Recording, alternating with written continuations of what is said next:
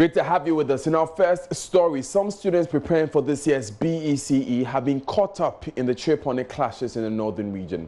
Schools have been shut down, leaving final year students with very little contact hours with their teachers. This, the students say, is affecting the quality of preparation towards the impending exam. Speaking to Joy News' head of security desk, Gifty Ando-Apia, in an interview, some of the students broke down in tears while appealing to government for an immediate intervention to restore calm. We are appealing to the two ethnic groups to please stop the conflict because it is really affecting we the candidates. As at now, when we are in our various houses, we cannot do anything about it. So they should please stop the conflict because this year the cut-off grade is grade 25. And as we are in the house, we cannot do anything. I'm crying because we are suffering. The government should do something about this conflict because it is really affecting we the BC candidates because the cut-off grade is grade 25. And if we are not learning what are we going to do in the BC? So we cannot do anything. So we please appeal to the two ethnic groups to please stop the conflict. And the government should do something about it so that it will help with the BC candidate to get what he wants in the near future. Mr. Ibrahim, your students here, I mean, this lady has just almost moved me to tears myself. It's a very difficult situation they're dealing with here. How are you helping? I mean, what's the plan? How can you help these candidates? Currently, as teachers, our work is not only to go to classroom and write. But we are still advising that those need counsel, we are counseling them and we are giving them the word of encouragement that the student give up. Though it's not easy, but what we can do for them is to advise them and give them word of encouragement so that they can keep on. Are you confident that they will go and write these exams and pass at all? Would they, first of all, would they be able to even write the exams? Would they pass? How would they perform?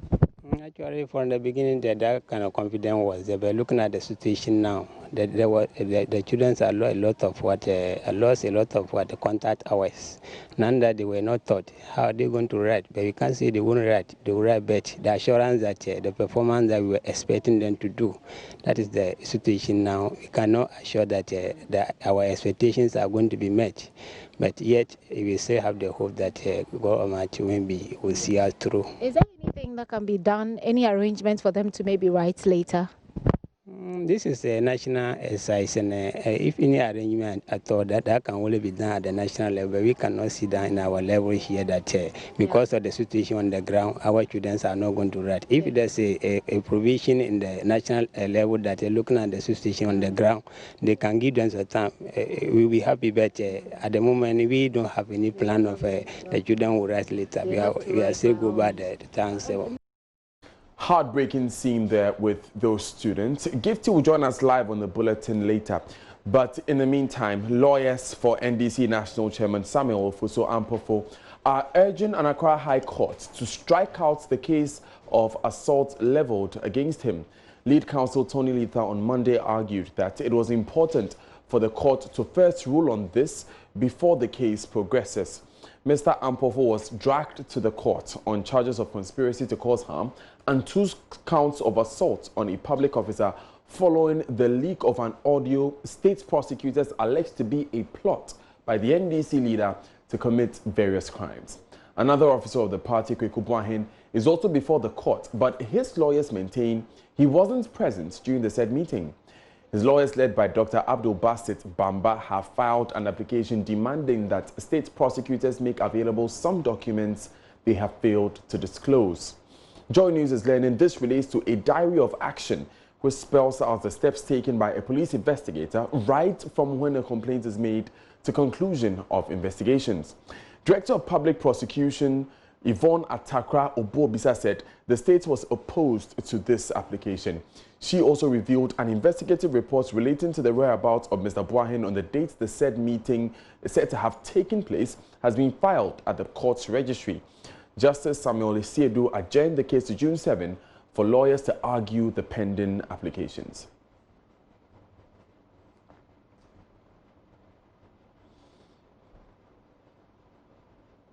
Away from that, the Public Interest and Accountability Committee, PIAC, is calling for a restructuring of how oil revenues are expended.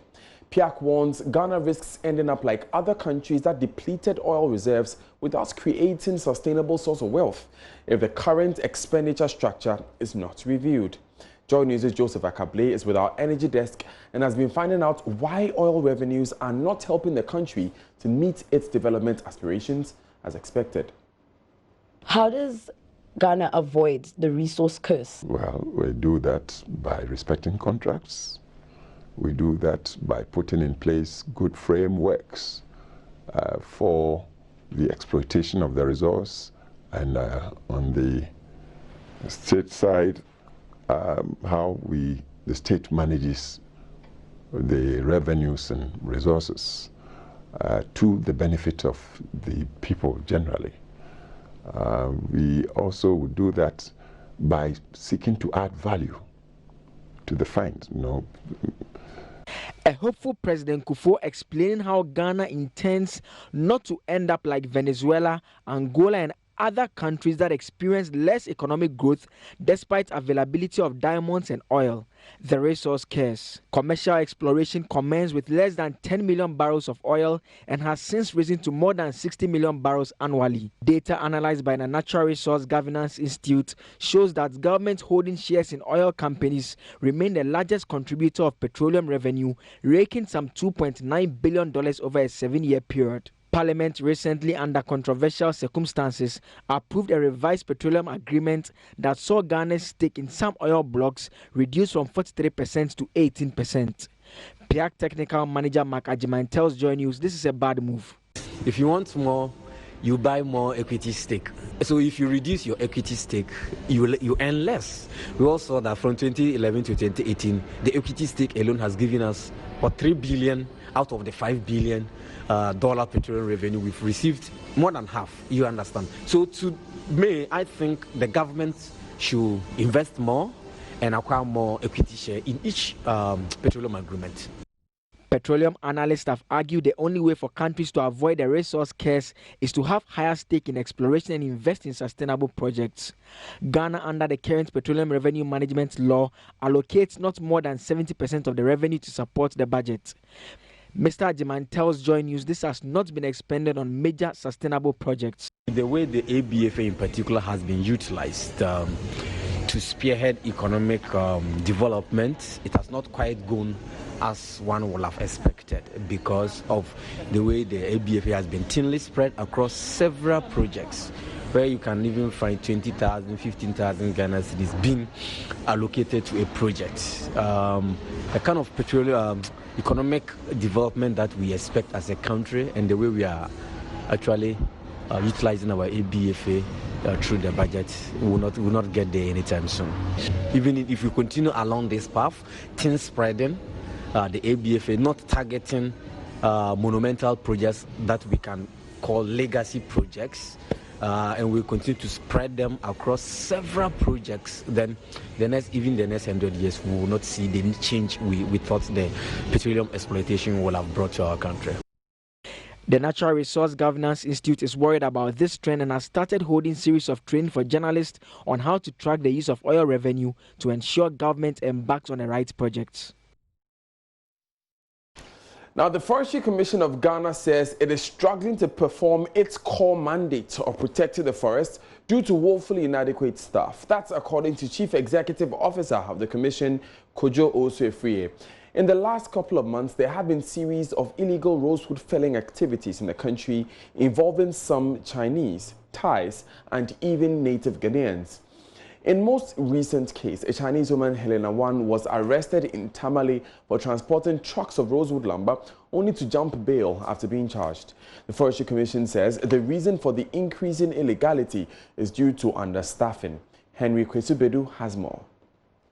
In March 2019, the Ministry of Lands and Natural Resources directed the Forestry Commission to ban the harvesting and export of rosewood and other endangered species of trees in the country. Recently, there is evidence that the law is being violated as some Chinese, aided by Ghanaians, are indiscriminately harvesting rosewood. The Forestry Commission says it is struggling to deal with these operators due to inadequate and aged staff. Here is Chief Executive Officer of the Commission, Kojo Osu-Efriye. We are challenged. We have very few personnel out there, and from time to time, if you talk about one, say, compartment of, say, forest, we are talking about, say, the whole of, say, Medina, up to this end of that square.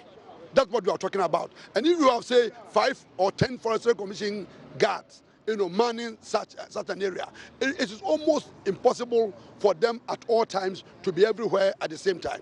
But from time to time, when we are able to do so and we get these culprits, we arrest them and get them prosecuted. I need the hands of another, say, 1,000 to 2,000 people to augment what we have. People have died, they have moved on, some have retired, they have moved on, some are aged, they cannot even walk far. So we need young blood, young legs to augment that. Mr. Friye says his outfit is engaging the Finance Ministry to release some funds for the Commission to employ more staff to augment their numbers. I spoke with the Minister of Finance to grant me permission to employ more hands. Once we do so, then we'll be able to at least do the best that we are known for. But for now, under such trying circumstances, we are still doing our best and will continue to arrest people. So I urge Ghanaians to stop such illegal activities. In a related development, former President Jerry John Rawlings has charged Ghanaians to be watchdogs and report people who cut down trees. The law enforcement agencies, the communities, must bring the force of their presence to bear on such characters. They are not helping, okay? We did what we could. I think it's about time we cranked, the machine again. Community policing, okay? We can't leave it to the Forestry Commissioners alone. According to the Global Forest Watch Report in May, Ghana recorded an alarming 60% forest cover loss between 2017 and 2018, the highest in the world. Henry Kwesibedu's report for Joy News.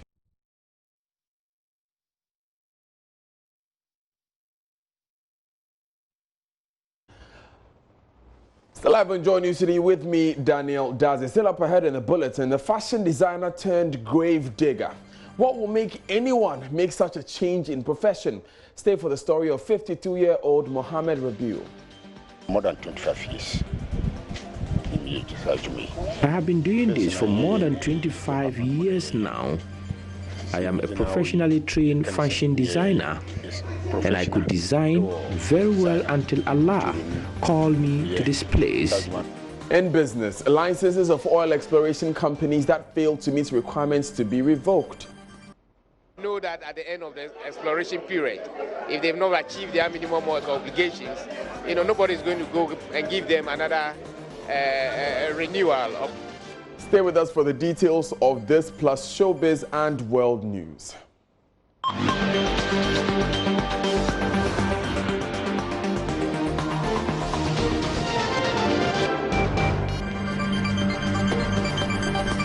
Welcome back to Joy News today with me, Daniel Dazi. He quit his profession as a fashion designer to become a grave digger.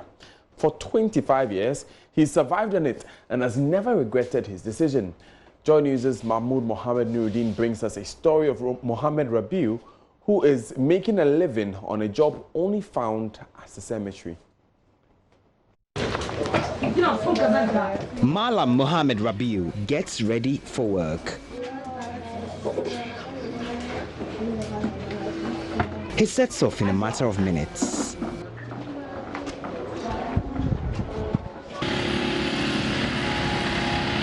Rabiu spends most part of his day at the cemetery where the dead rest. He digs between 10 and 20 graves daily, and each of them takes him and his colleagues 1 hour or more. 15, 29, we can dig about 20 or more graves a day. Anytime we have about 20 dead bodies, it means an accident has occurred somewhere involving a lot of Muslims. Rabiu does not care the little money he earns here, but he says it is spiritually fulfilling. This work is more like a police officer who has passed through several ranks to the level of DSP. If you call him sergeant, he would be angry. Likewise, if you call me Rabiu without attaching Medina Kabari to it, I will not be happy. In fact, you have downgraded me. I am proud of the name and the fact that this work is a calling from Allah.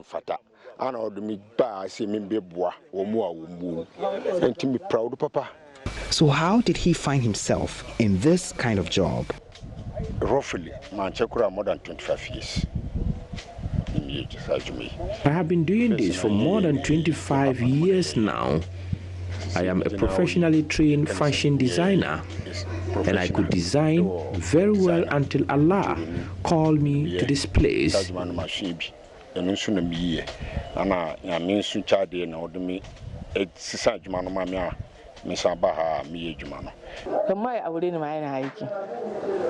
Even before he got married to me, he was already into this work. I am not worried because I know it is the work of Allah. Sometimes they come across snakes and scorpions, but they have never been attacked by any of them.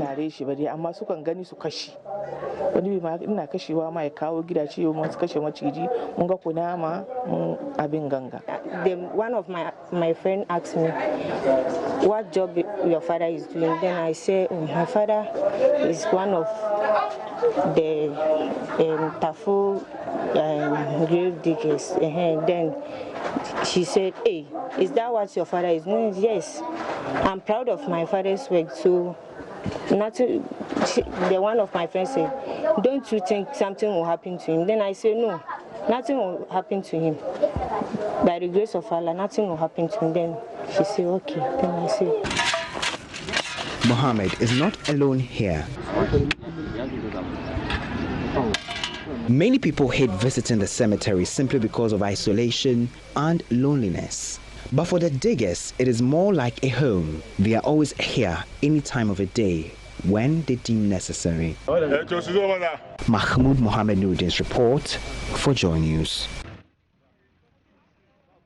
Now, Ramadan is a sacred month that encompasses more than just fasting.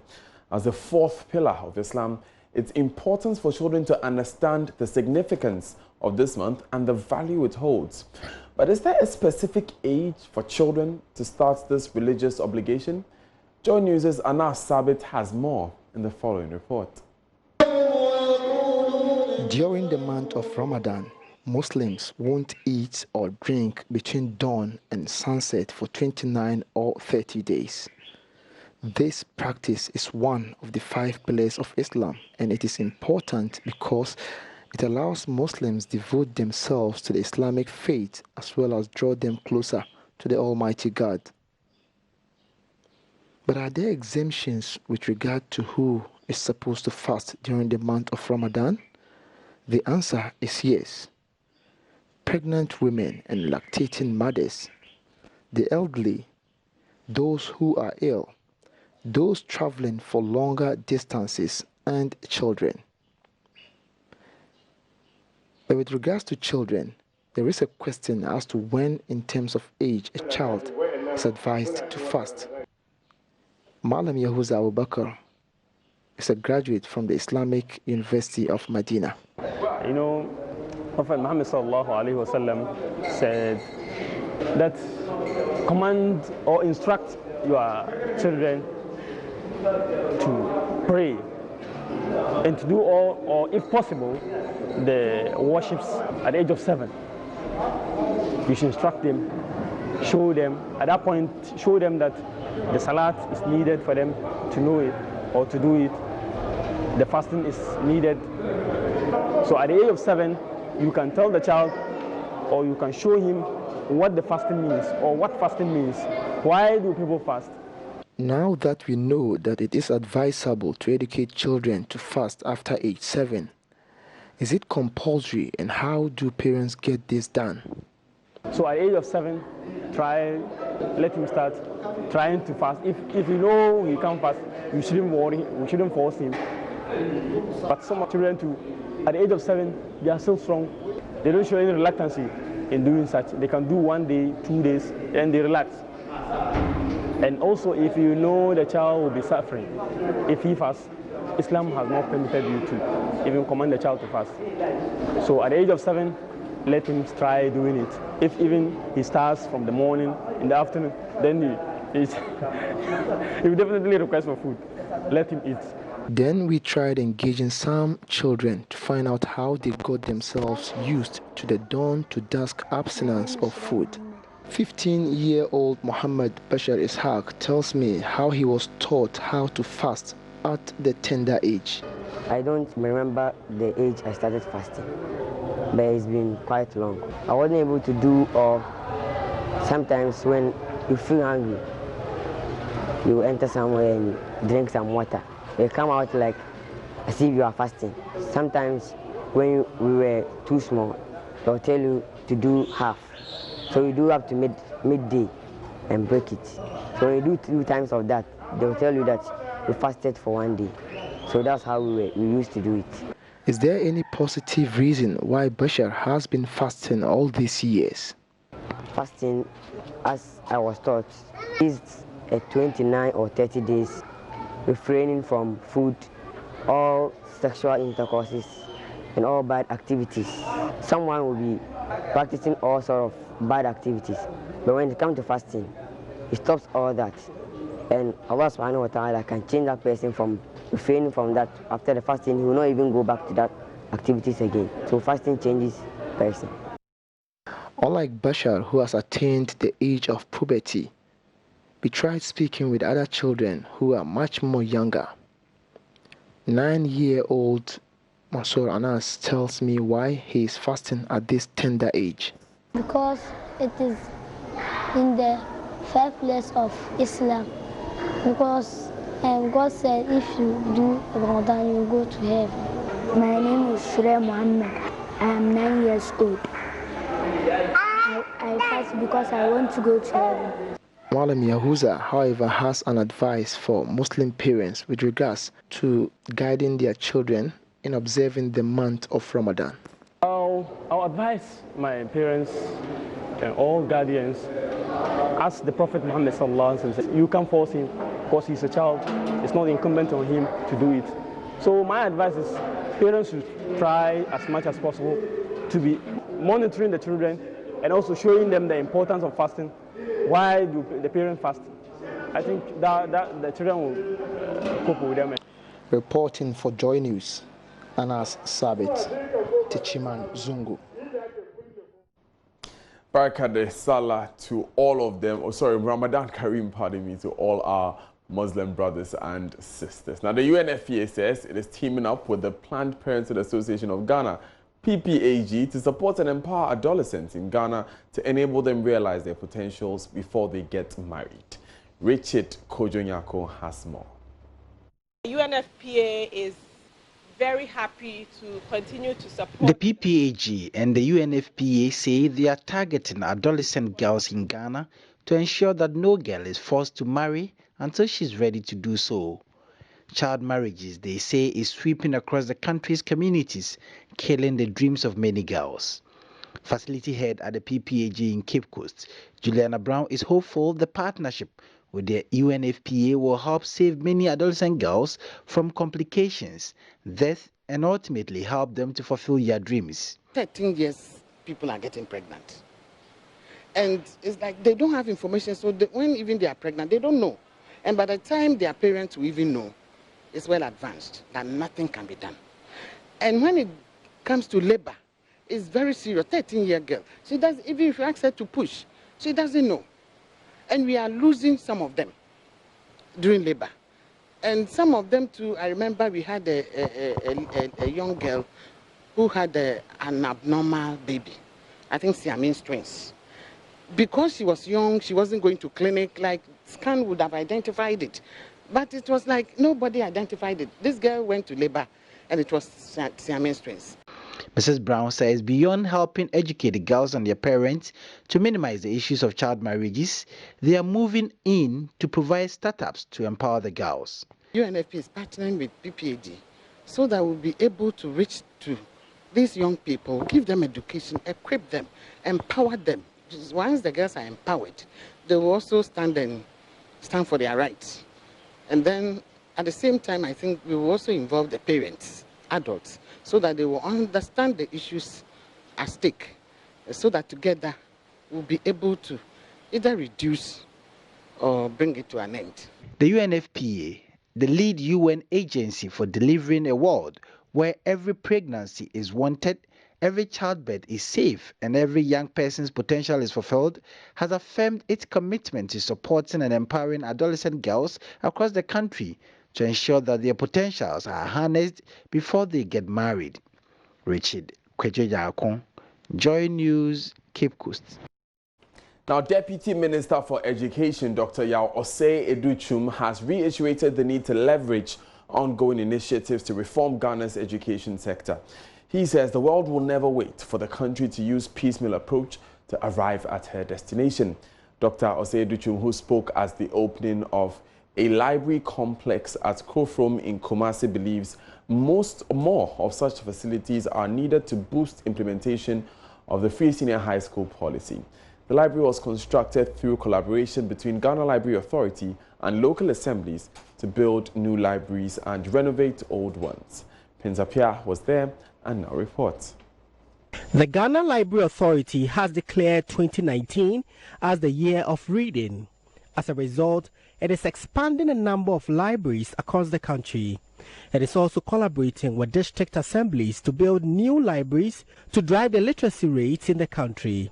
Hayford Siao is Executive Director of Ghana Library Authority. As of today, we manage around 61 new libraries. So we are now collaborating with district assemblies to be able to build new libraries in the districts and communities of this country so that we can be able to connect Ghanaians to knowledge resources. So our objective is to be able to equip and renovate our libraries, our existing libraries. So as part of that initiative, we are collaborating with GIFIC to be able to provide computers at all libraries in this country. And so all of that, have also led to the commissioning of our mobile vans today for the northern sector. So we have 5 vans that is going to serve from the Ashanti region and above, so that Ghanaians everywhere who do not have static libraries can also benefit from it. They've also donated 100 laptops, to support, so that when the mobile libraries go into the communities, it does not go only with books, but it can also go with electronic resources on these laptops. He spoke at the opening of a library complex at Kofrom in the Ashanti region. Deputy Minister for Education, Dr. Yao Educhum, says this will leapfrog the level of educational system in the country. So the concept of leapfrogging means that we cannot do the same thing that we have been doing for the last 62 years after independence and expect that the country will transform itself. To leapfrog means we cannot use evolution, we have to use revolution, and to make sure that things move so fast. If we do things bit by bit, it's going to take us many years to get to where we need to be, and the world will not be waiting for us. So the need to leapfrog means that in our various communities there should be libraries, and when we get the libraries, we cannot leave it to chance that children will go there. To leapfrog means teachers should be taking their children to the library. To leapfrog means our parents should be taking their children to the library. The opportunity to the poor to really have quality education. Meanwhile, the Ghana Investment Fund. Still live on Joy News today. Before Daryl brings us business, Gifty Anapia has joined us on the line. Gifty, what's the latest in Tripoli? How's the atmosphere like? That's okay. It's okay. Since the minister has said that has been maintained throughout as for now. But today we're expecting the to come here again because he said this is Saboba. It's one of the Mokumba dominated and of course one of the villages that was half hit by the attack is there. Gifty, if you can please speak up a moment for me. Right.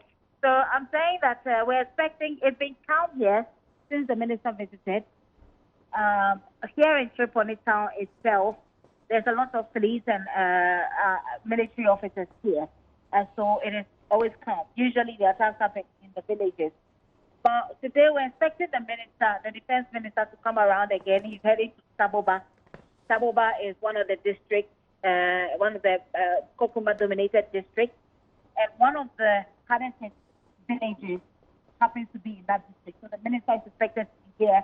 He's also expected to go to Garikuka. Garikuka is a stronghold of the Kokuma people. He's expected to continue the peace talks that he started last week over there. It was actually supposed to be a part of the trip last week when he visited, but he couldn't cover.